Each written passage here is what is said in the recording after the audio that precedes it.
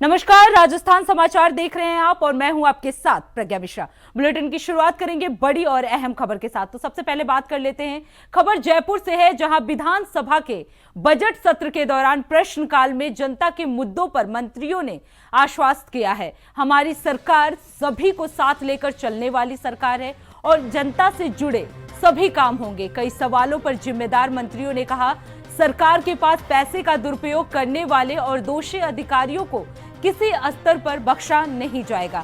वित्त मंत्री दिया कुमारी ने इस दौरान कहा कि राज्य सरकार के कर्मचारियों और पेंशनरों की चिकित्सीय सुविधाएं उपलब्ध करवाने के लिए संचालित RGHS योजना को बंद करने और वर्तमान में कोई प्रस्ताव विचाराधीन नहीं है। विधायक चंद्रभान सिंह चौहान के सवाल पर मंत्री ने सदन को आश्वस्त किया कि RGHS योजना के अंतर्गत पंजीकृत दवा विक्रेताओं द्वारा दवा न देने की शिकायत प्राप्त होने पर विक्रेता के विरुद्ध कार्रवाई की जाएगी।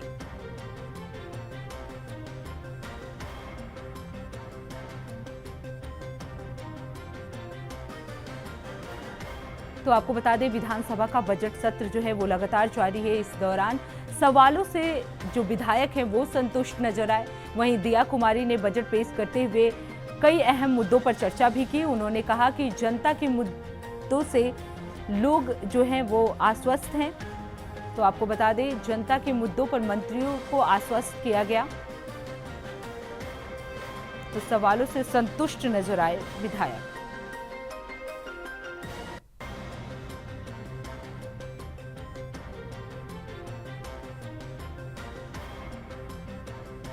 तो विधानसभा का सत्र जो है वो चल रहा था। इस दौरान सभी मंत्रियों ने अपनी अपनी बात रखी।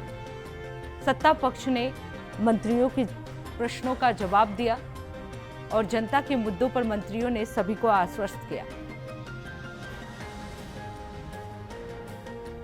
तो विधानसभा के बजट सत्र के दौरान दिया कुमारी ने भी अपना भाषण दिया। उन्होंने बताया कि हर एक मुद्दे को लेकर सब लोग जागरूक हैं।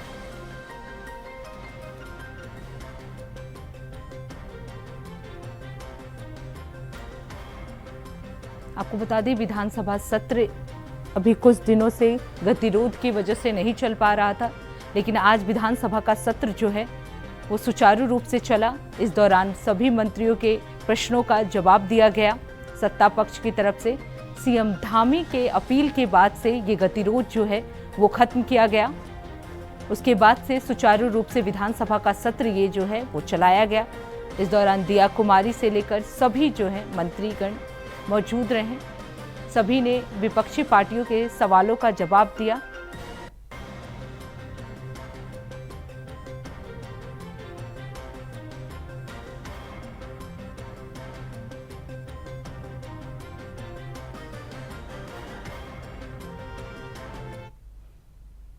अब रुक करते हैं अगली खबर की। विधानसभा में गतिरोध टूटने के बाद आज बदजुबानी का मामला जो है वो सामने आया है। जनजाति और सामाजिक न्याय की अनुदान मांगों पर बहस के दौरान डूंगरपुर से कांग्रेस विधायक गणेश घोगरा ने टोकने पर विधायक से कहा, ज्यादा बात मत कर, नहीं तो मेरा जूता बात करेगा।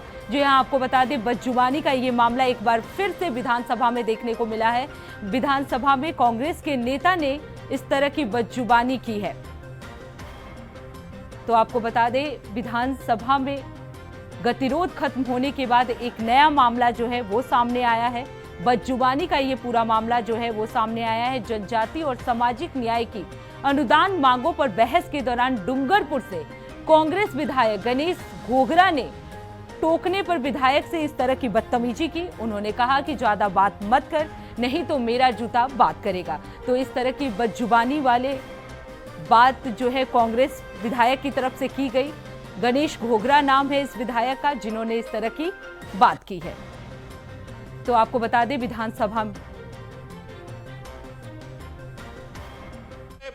मां ने बात मत करे तो फिर मेरा बोलेंगे। बेटा बीच में डिस्टर्ब मत करें। माननीय सभापति महोदय, आपका संरक्षण चाहिए मुझे, पक्षपात नहीं करें आप। मेरे हमारे जो बोल रहे हैं वहां से भटकाए नहीं। माननीय अपनी वार्ता जारी रखे आप। माननीय सभापति महोदय हमारे साथ, और ये आपको आसन से कहने का इस तरीके का कोई अधिकार भी नहीं। माननीय सभापति महोदय हमको बीच में डिस्टर्ब नहीं करें, हम इतना कहना चाहते हैं। बैठे ना, कौन कर रहा है आपको डिस्टर्ब? माननीय सभापति महोदय उनका बाइक आज क्या उनको बोलने की इजाजत दी क्या? नहीं दी ना उनको बोलने की इजाजत। सर बीच में बोल रहे हैं, डिस्टर्ब नहीं करें, ये कहना चाह रहा हूँ, आपसे संरक्षण चाह रहा हूँ। माननीय सभापति महोदय आज भी हमारे साथ ST/SC के साथ पक्षपात हो रहा है। अभी जो पटवारी की भर्ती निकली है, राजस्थान पटवारी भर्ती 2025 में, इसमें ST को 12% आरक्षण के आधार पर 208 सीटें मिलनी चाहिए थी, लेकिन मिली कितनी? 175। और SC को 16% आरक्षण के आधार पर 277 सीटें मिलनी चाहिए थी, लेकिन मिली कितनी? 229 सीटें। ओए तो जनजातीय और सामाजिक न्याय की अनुदानों की मांग पर बहस के दौरान डूंगरपुर के कांग्रेस विधायक ने इस तरह की बदजुबानी की है। उन्होंने टोकने पर इस तरह की बदजुबानी की, कहा ज्यादा बात मत कर नहीं तो मेरा जूता बात करेगा। आपको बता दें ये बदजुबानी का मामला विधानसभा में देखने को मिला है। इससे पहले गतिरोध का मामला जो है वो लगातार चल रहा था। जैसे ही ये गतिरोध खत्म हुआ, बदजुबानी का ये मामला एक बार फिर से विधानसभा में देखने को मिला। तो आपको बता दें विधानसभा में बदजुबानी का ये मामला सामने आया है, जहां कांग्रेस विधायक ने बदजुबानी की है। उनके बयानों पर टोका टिप्पणी करने के बाद उन्होंने इस तरह के लहजे का इस्तेमाल किया। तो विधानसभा में एक बार फिर से गतिरोध की स्थिति जो है वो देखने को मिली। सत्ता पक्ष और विपक्ष जो है इस तरह की बदजुबानी करते हुए नजर आए। वहीं इस खबर पर ज्यादा जानकारी देने के लिए हमारे साथ भुवनेश टाक एसोसिएट एडिटर जो है वो जुड़ गए हैं। भुवनेश, अगर बात की जाए अभी कुछ दिनों से विधानसभा में लगातार गतिरोध की स्थिति चल रही थी। आज वो गतिरोध खत्म हुआ, लेकिन इसी बीच अब बदजुबानी का मामला जो है वो सामने आया है। जी प्रज्ञा, देखिए बिल्कुल आपने सही कहा कि पिछले कुछ दिनों से जो विधानसभा में गतिरोध जारी था और इसी के कारण ये बजट सत्र जो है वो विवादों की भेंट चढ़ गया था। पहले एक कैबिनेट मंत्री अविनाश गहलोत थे, उनके द्वारा कांग्रेस की जो पूर्व प्रधानमंत्री इंदिरा गांधी पर एक शब्द का प्रयोग किया गया, जिसके बाद में पिछले 7 दिनों से विधानसभा में गतिरोध था, जो कल शाम ही खत्म हुआ था। लेकिन आज विधानसभा में बहस के दौरान दोबारा एक कांग्रेस के जो विधायक है गणेश गोगरा, जो डूंगरपुर क्षेत्र से चुने जाते हैं, ये पूर्व में यूथ कांग्रेस के प्रदेश अध्यक्ष भी रह चुके हैं, और उनके द्वारा जब एक साथी विधायक को मेरा जूता बात करेगा ऐसे शब्दों का प्रयोग किया गया, तो ये कहीं ना कहीं विधानसभा में फिर से एक नया बखेड़ा खड़ा करने की जो है वो बात सामने आ रही है। हालांकि उनके इस बयान के बाद में आसन पर जो संदीप शर्मा बैठे थे सभापति के तौर पर, उन्होंने कोई एक्शन नहीं लिया और ना ही कांग्रेस या भाजपा के विधायकों के द्वारा कोई बड़ी ठोस आपत्ति उठाई गई। लेकिन कहीं ना कहीं देखा जाए तो विधानसभा में केवल एक दूसरे पर कटाक्ष करने की बात को लेकर जब इतना बड़ा गतिरोध हो जाता है, इतने लंबे समय तक चलता है, विधानसभा के अंदर धरना दिया गया, सदन से लगाकर सड़क तक का प्रदर्शन किया गया, उसके बाद भी ये जो माननीय है, जो जनप्रतिनिधि है, विधायक चुनकर जो सदन में जाते हैं, उनके द्वारा इस तरीके की जब बातचीत कही जाती है सदन में, तो वो कतई उचित नहीं कही जा सकती। और इनके गतिरोध के कारण ही जब राजस्थान की जो जनता है, उनके जो सवाल है, उनके जो जवाब चाहिए उनको बजट सत्र से जो उम्मीद है, उनसे कहीं ना कहीं पानी फिरता हुआ नजर आता है। बिल्कुल भुवनेश, इस तरह के शब्दों का इस्तेमाल, ये मर्यादा सही नहीं है। विधानसभा सत्र का एक मर्यादा होता है, उसमें इस तरह के शब्दों का इस्तेमाल सही नहीं माना जा सकता। लेकिन अगर बात की जाए, जब कांग्रेस विधायक इस तरह की बदजुबानी करते हुए नजर आ रहे थे, तो क्या सत्ता पक्ष की तरफ से कोई टीका टिप्पणी? देखिए, पहले जो गतिरोध चला था उसमें एक मंत्री के द्वारा जो शब्द काम में लिया गया, उसको लेकर इतना लंबा गतिरोध चला है कि विपक्ष ने उस बात को भुनाने के लिए सदन से लगाकर सड़क पर प्रदर्शन किया था। और अब उन्हीं की पार्टी के जो एक विधायक है वो खुलेआम जूता मारने की बात कह रहे हैं विधानसभा में। तो सत्ता पक्ष जो है वो उस पर आपत्ति जरूर उठा सकता है, लेकिन सरकार की जो है वो मंशा है कि ये बजट सत्र चले, उनकी ड्यूटी है कि ये बजट सत्र है, इसमें जनता के जो सवाल है, जनता के जो जवाब है, उनको लेके बहस की जाए और एक अच्छा मैसेज आए कि बजट सत्र अच्छे से सरकार चला पाई। क्योंकि बजट सत्र या कोई भी विधानसभा का सत्र हो, उसको चलाने की जो पहली जिम्मेदारी है वो सरकार की होती है। तो वहीं दूसरी तौर पर नैतिक जिम्मेदारी विपक्ष की भी होती है। लेकिन विपक्ष के विधायक के द्वारा इस तरीके के शब्दों का प्रयोग कहीं न कहीं असंवैधानिक है और इससे अगर गतिरोध पैदा होता है तो विपक्ष फिर से जी बिल्कुल भुवनेश, इस तरह के शब्दों का इस्तेमाल सदन में देना ये बिल्कुल सही नहीं है। आगे भी आपका रुख करेंगे भुवनेश, आप बने रहिएगा। मां ने बात बंद करा है, नहीं तो फिर मेरा बोलेंगे बीच में डिस्टर्ब मत करा माननीय सभा। अब रुक करते हैं अगली खबर की। राजस्थान अध्यापक पात्रता परीक्षा में कड़ी सुरक्षा के बीच परीक्षार्थियों की एंट्री मिली है, जहां नागौर के 25 परीक्षा केंद्रों पर बायोमेट्रिक्स, फेस रिकॉग्निशन और सीसीटीवी कैमरों से सख्त निगरानी के बीच 8,593 कैंडिडेट्स को एंट्री मिली है। आपको बता दें, रीट परीक्षा के चलते सुरक्षा के कड़े इंतजाम दिखे और नागौर प्रशासन जो है पूरी तरह से अलर्ट मोड में नजर आई। वहीं हाथों में बंधे धागे खुलवा दिए गए। चेकिंग के दौरान के बाद ही एंट्री दी गई। आपको बता दें, केंद्रों में निर्धारित समय पर उनकी जांच कर प्रवेश दिया गया। इस बार फेस रिकॉग्निशन और बायोमेट्रिक अटेंडेंस के आधार पर नागौर के 25 परीक्षा केंद्र पर 8,592 परीक्षार्थी केंद्र में पहुंचे, ताकि कोई डमी कैंडिडेट जो है वो परीक्षा ना दे सके। तो नागौर में 25 परीक्षा केंद्रों पर यह परीक्षा जो है वो शुरू हुई। राजस्थान अध्यापक पात्रता परीक्षा जो है ये शुरू की गई है, जहां हर तरह की कड़े सुरक्षा व्यवस्था जो है वो किए गए थे।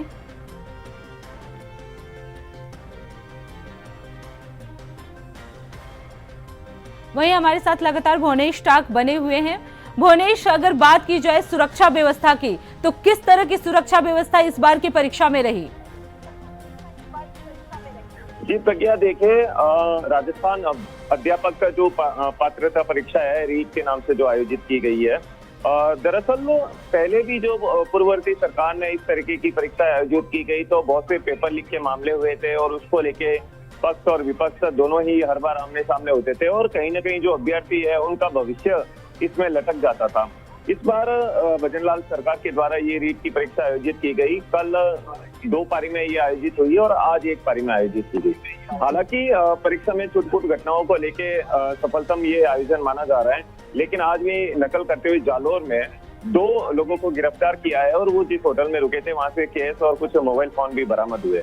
लेकिन सबसे बड़ा विवाद इस परीक्षा को लेकर यह है कि डूंगरपुर की जो एक क्षेत्र है उसमें विवेकानंद नाम से एक कॉलेज है। उस कॉलेज में जो एक अभ्यर्थी सुबह परीक्षा देने पहुंचा था तो उसकी जनेऊ जो है वो उतरवाई गई। इसको लेके ब्राह्मणों में रोष है। राजस्थान ब्राह्मण महासभा सहित अन्य जो संगठन है उन्होंने रोष व्यक्त किया है कि जब वो जनेऊ है, जनेऊ में ऐसा कोई भी डिवाइस या ऐसी कोई भी चीज सम्मिलित नहीं की जा सकती जिससे कि इस परीक्षा में नकल का कोई अंदेशा हो।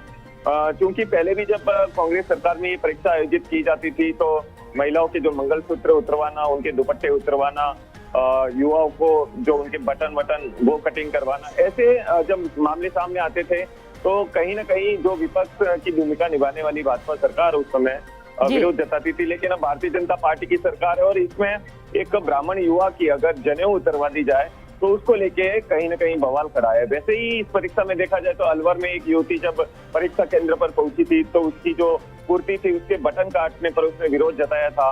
और उदयपुर के अंदर एक महिला अभ्यर्थी जब परीक्षा देने पहुंची तो उसकी नोज पिन जो है, नाक की जो पिन है वो नहीं उतरी तो जांच अधिकारियों ने उस पर सेलो टेप चिपका दी थी। तो कहीं ना कहीं बात ये सामने आ रही है कि इन सारी चीजों को लेकर जो परीक्षार्थी है, परीक्षार्थियों को परीक्षा देने से पहले ही उन्हें डिस्टर्ब किया जाता है। लेकिन भुवनेश, अगर बात की जाए सुरक्षा की या चीटिंग की तो उसमें जनेऊ उतारने के क्या मकसद हो सकते हैं, क्योंकि वो एक धागे की तरह है और उसे उतारने का कोई मकसद तो नहीं देखा जा सकता।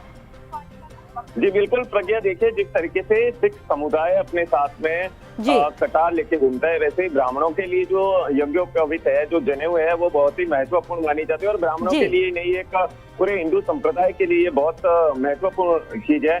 और जनेऊ जो वो सूत के धागे से बनी हुई होती है तो उसमें कतई ऐसी कोई डिवाइस या ऐसा कोई टेक्निकल प्रोग्राम फिट नहीं किया जा सकता, जिसके कारण नकल की संभावना हो और उसे जांच के तौर पर सुरक्षा के नाम पर अगर उतारा गया, जो आज डूंगरपुर में ये घटना हुई है, तो ये कहीं ना कहीं गलत है। और अब मांग उठ रही है कि जो वहाँ सुरक्षा कर्मी तैनात थे, जिन्होंने इस घटनाक्रम को अंजाम दिया, उस परीक्षार्थी की बार बार मिन्नतें करने के बावजूद भी उसकी ये जनेऊ उतरवाई गई, तो इसको लेके अब सरकार क्या एक्शन लेती है, ये बड़ा ही सोचने वाला बात होगा। और क्योंकि जयपुर से जो भाजपा के विधायक है गोपाल शर्मा, उनसे हमने बात की, उन्होंने हालांकि इस बात से पल्ला झाड़ते हुए कहा कि इस घटना की उन्हें जानकारी नहीं है और यदि ऐसा हुआ है तो जरूर इस पर कार्रवाई होगी।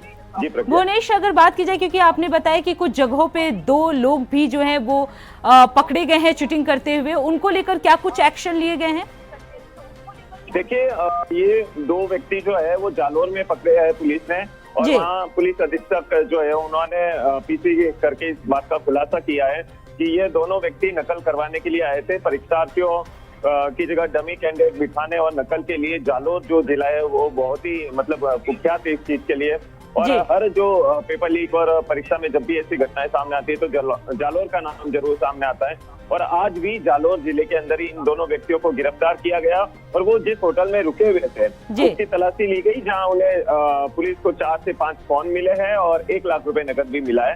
अब पुलिस पूछताछ में जुटी है और आगे उन पे क्या कार्रवाई होती है ये आने वाला। बहुत बहुत धन्यवाद भुवनेश इस खबर पे विस्तार से जानकारी देने के लिए।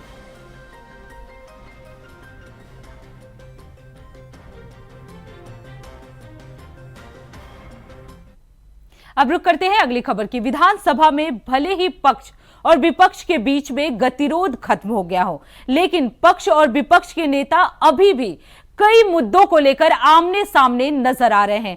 आपस में एक दूसरे के ऊपर छींटाकशी करने का सिलसिला जो है वो लगातार जारी है। आपको बता दें, नेता प्रतिपक्ष टीकाराम जूली के सदन में बयान को लेकर गृह राज्य मंत्री जवाहर सिंह बेढम ने टीकाराम जूली को आड़े हाथों लिया है। गृह राज्य मंत्री जवाहर सिंह बेढम ने कहा, टीकाराम जूली को भले ही नेता प्रतिपक्ष बना दिया गया हो, लेकिन पार्टी में उनकी चलती नहीं है।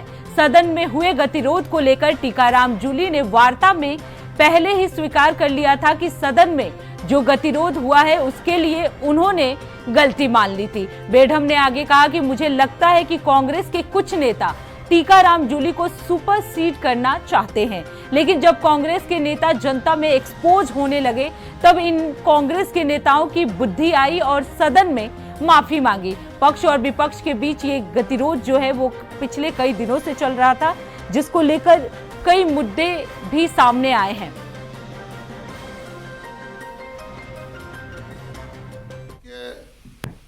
माननीय नेता प्रतिपक्ष तो पहले ही दिन जब मैं और माननीय जोगाराम जी पटेल साहब उनके पास आए थे तो वो अपने दल के सदस्यों को समझा रहे थे। उन्होंने कहा था कि भाई जितना सदन में हमारे दल के ओर से व्यवधान हुआ है, आसन को आहत पहुंची है, तो हम निश्चित रूप से इसके लिए आगे बढ़कर हमको आसन से खेद व्यक्त करना चाहिए, क्षमा याचना करनी चाहिए। लेकिन अन्य साथी उनके जो उनको नेता प्रतिपक्ष जी को सुपरसीड करते हैं, वो लोग पता नहीं किस राजनीतिक गणित में हैं। उन्होंने अपनी हठधर्मता से इतने दिन इसको खींचा और जब ये जनता में एक्सपोज होने लगे कि सदन के बाहर, विधानसभा के बाहर तो तुम धरना दे रहे हो, भाषण दे रहे हो 1-1 किलोमीटर लंबे, और सदन के अंदर जाकर के जनता की बात कह नहीं रहे हो, तो जनता में जब एक्सपोज होने लगे तो इनको भी बुद्धि आई। और विशेष धन्यवाद प्रदेश के मुख्यमंत्री जी का कि उन्होंने बड़ा दिल दिखाते हुए दोनों पक्षों को बुलाकर सदन को सुचारू रूप से चलाने की नसीहत भी दी और उस समस्या का समाधान भी किया। जहां एक विशेष आयोजन देखने को मिला है। आपको बता दें, बीजेपी नेता और शहरी विकास मंत्री कैलाश विजयवर्गीय ने कन्या भोज का आयोजन किया है, जहां उन्होंने कन्याओं का तिलक कर सम्मान किया और उन्हें उपहार भेंट किया। समारोह के दौरान पूर्व बीजेपी जिला अध्यक्ष और युवा नेता प्रशांत विजय वर्गीय ने माला पहनाकर उनका स्वागत भी किया।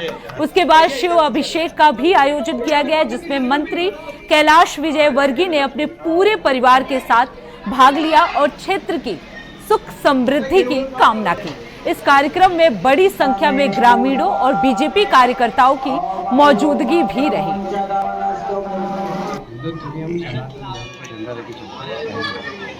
दूसरी बात, मोदी जी तीसरी बार आए, उसके बाद लगातार हम राजस्थान जीते, मध्य प्रदेश जीते, हरियाणा जीते, मद्रास जीते, दिल्ली भी जीते। एक जीत का रथ उनका लगातार चल रहा है और बिहार की बारी है। मुझे लगता है कि मोदी जी के नेतृत्व के प्रति बहुत आस्था है। तो लोकसभा में कुछ लोगों ने एक गलत एजेंडा बनाया था, वो एजेंडे पे लोग समझ गए हैं। अब उस एजेंडे को लेकर, संविधान को लेकर लोग घूम रहे हैं और उनकी दिल्ली में आधी से ज़्यादा सीटों पर जमानत जीतते हैं। मुझे लगता है कि आप एकाध बार कभी एक गलत एजेंडा चला सकते हैं और बार बार जनता को गुमराह नहीं। जो इतिहास में गलत लिखा गया, उस इतिहास को सही करना भी हम लोगों का ही दायित्व है। हमने देखा है कि अकबर को महान बता दिया, मोहम्मद प्रताप जिन्होंने सनातन धर्म की रक्षा की, अकबर के आगे घुटने नहीं टेके, तो अकबर को महान बताया। खबर बांसवाड़ा से है, जहां 10 दिनों पहले हुई हत्या मामले में पीड़ित परिवार आक्रोशित हो गया है। मुख्य आरोपी को नहीं पकड़ने पर आक्रोशित ग्रामीण जो है वो जिला कलेक्ट्रेट पहुंचे और अपनी नाराजगी जाहिर की। साथ ही आरोपियों को पकड़ने की मांग करते हुए जिला कलेक्टर और एसपी को ज्ञापन भी सौंपा है। आपको बता दें कि 16 फरवरी को युवक की हत्या हुई थी, जिससे इलाके में दहशत फैल गई थी। परिजनों ने तत्काल मुख्य आरोपी की गिरफ्तारी की मांग की। पुलिस अधीक्षक ने परिजनों को जल्द गिरफ्तारी का भरोसा भी दिलाया था।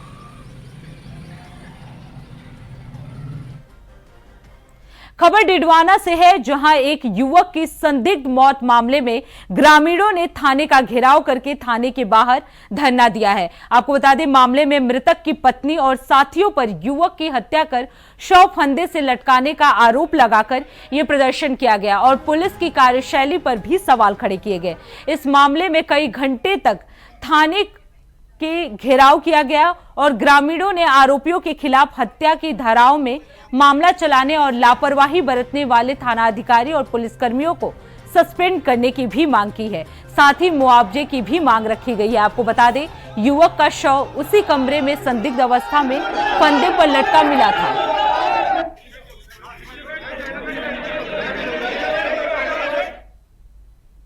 खबर किशनगढ़ से है, जहां ब्लैकमेल कांड को लेकर शांतिपूर्ण बंद का आह्वान किया गया है, जिसमें हिंदू समाज, हिंदूवादी संगठनों के आह्वान पर बंद किया गया। व्यापारी संगठनों ने बंद को समर्थन दिया और इसी को लेकर मुख्य चौराहे पर उप खंड अधिकारी, विभिन्न हिंदूवादी संगठन के पदाधिकारियों ने ज्ञापन सौंपा और आरोपियों के खिलाफ कठोर कार्रवाई करने की मांग की। साथ ही पीड़ित परिवार को आर्थिक मदद के साथ ही विभिन्न मांगों को लेकर ये ज्ञापन जो है वो सौंपा गया है। बंद को लेकर पुलिस प्रशासन के अधिकारी जो है वो अलर्ट मोड पे नजर आ रहे हैं।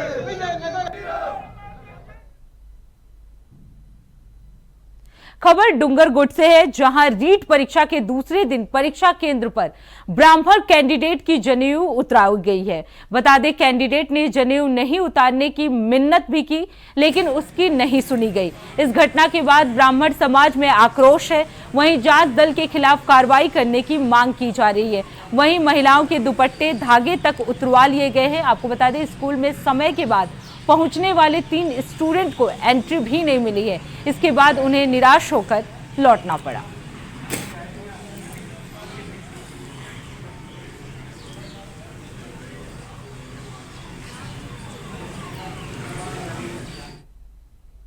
तो फिलहाल राजस्थान समाचार में इतना ही। देश दुनिया की तमाम बड़ी खबरों के लिए देखते रहिए इंडिया वॉइस। तब तक के लिए नमस्कार।